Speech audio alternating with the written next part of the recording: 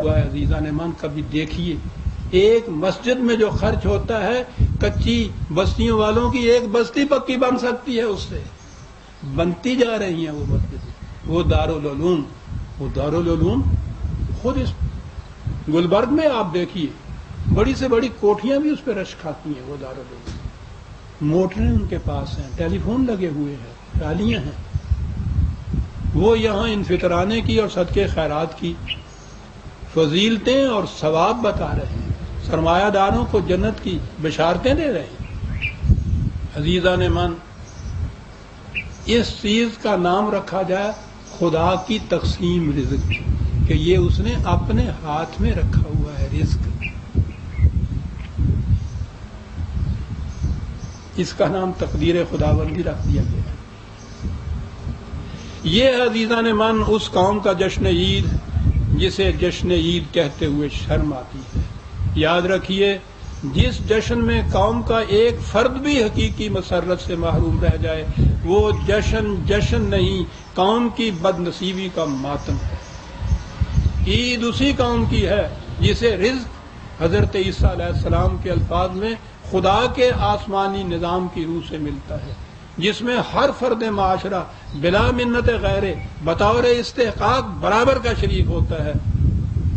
جس قوم کو انسانوں کے خود ساختہ نظام کے تابع رزق ملے، جس کا نتیجہ یہ ہو کہ چند افراد تو قارون کے خزانے کے مالک ہوں اور باقی افراد معاشرہ روٹی کے ٹکڑے کے لیے بھی ترس رہے ہوں، اگر انہیں وہ ٹکڑا ملے بھی تو شرف و تکریم انسانیت بیچ کر ملے، اس قوم کی عید ایک مقدس فریب سے زیادہ کچھ حیثیت نہیں رکھتی۔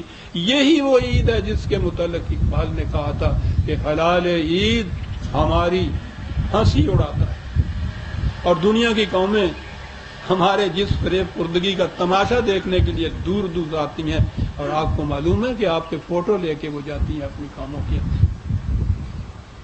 قرآن کریم نے روزوں کا مقصد بتایا تھا، لِتُكَبِّرُ اللَّهَ عَلَىٰ مَا هَدَاكُمْ، تاکہ یہ جو رہنمائی ہم نے دی ہے اس سے تم اس قابل ہو جاؤ کہ دنیا میں خدا کا اقتدار تمام انسانی اقتدارات سے بلند و بالا ہو جائے، غالب آ جائے خدا کا نظام تمام نظام ہے دنیا کے اوپر۔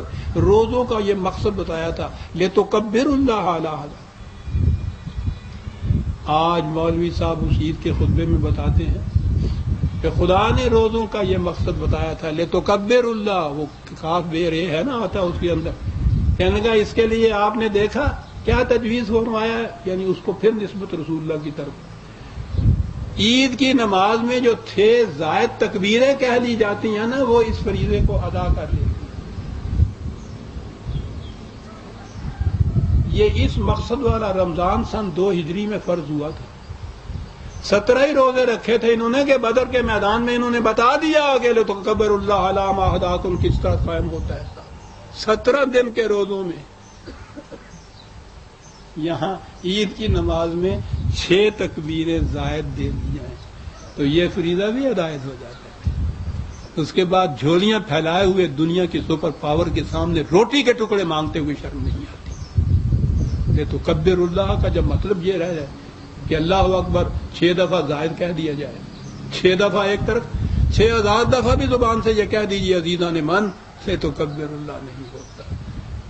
یہ ہے جو فریب دیا جاتا ہے، وہی اقبال پھر یہ بات جو کہتا ہے کہ الفاظ و معانی میں تفاوت نہیں، لیکن ملا کی اذاں اور مجاہد کی اذاں اور پرواز ہے دونوں کی اسی ایک فضا میں، کرگس کا جہاں اور ہے شاہی کا جہاں اور۔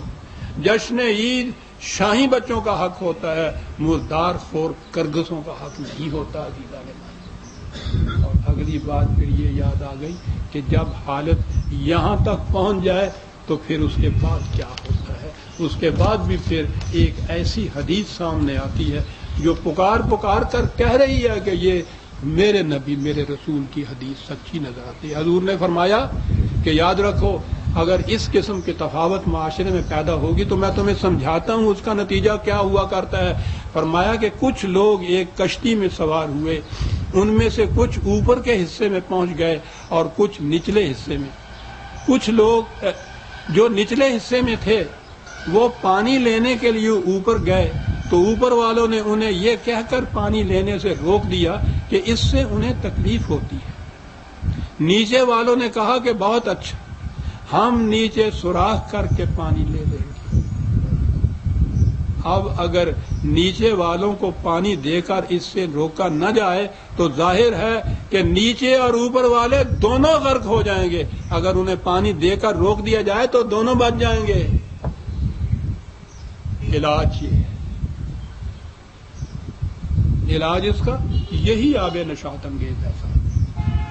نہ دو پانی نیچے والوں کو، اتنا تنگ آنے کے بعد پیاسا کب تک اس کو برداشت کرے گا؟ وہ چھید کر دے گا کشتی کے پھیندے کے اندر، اور پھر اس کے بعد یہ بات نہیں ہوگی جو قرآن نے کہا ہے کہ بچو اس فتنے سے کہ جب وہ آتا ہے تو وہ انہی کو اپنی لپیٹ میں نہیں لیا کرتا جو اس کے ذمہ دار ہوتے ہیں، سب کو لپیٹ میں لے لیا کرتا ہے۔ بچو اس فتنے سے۔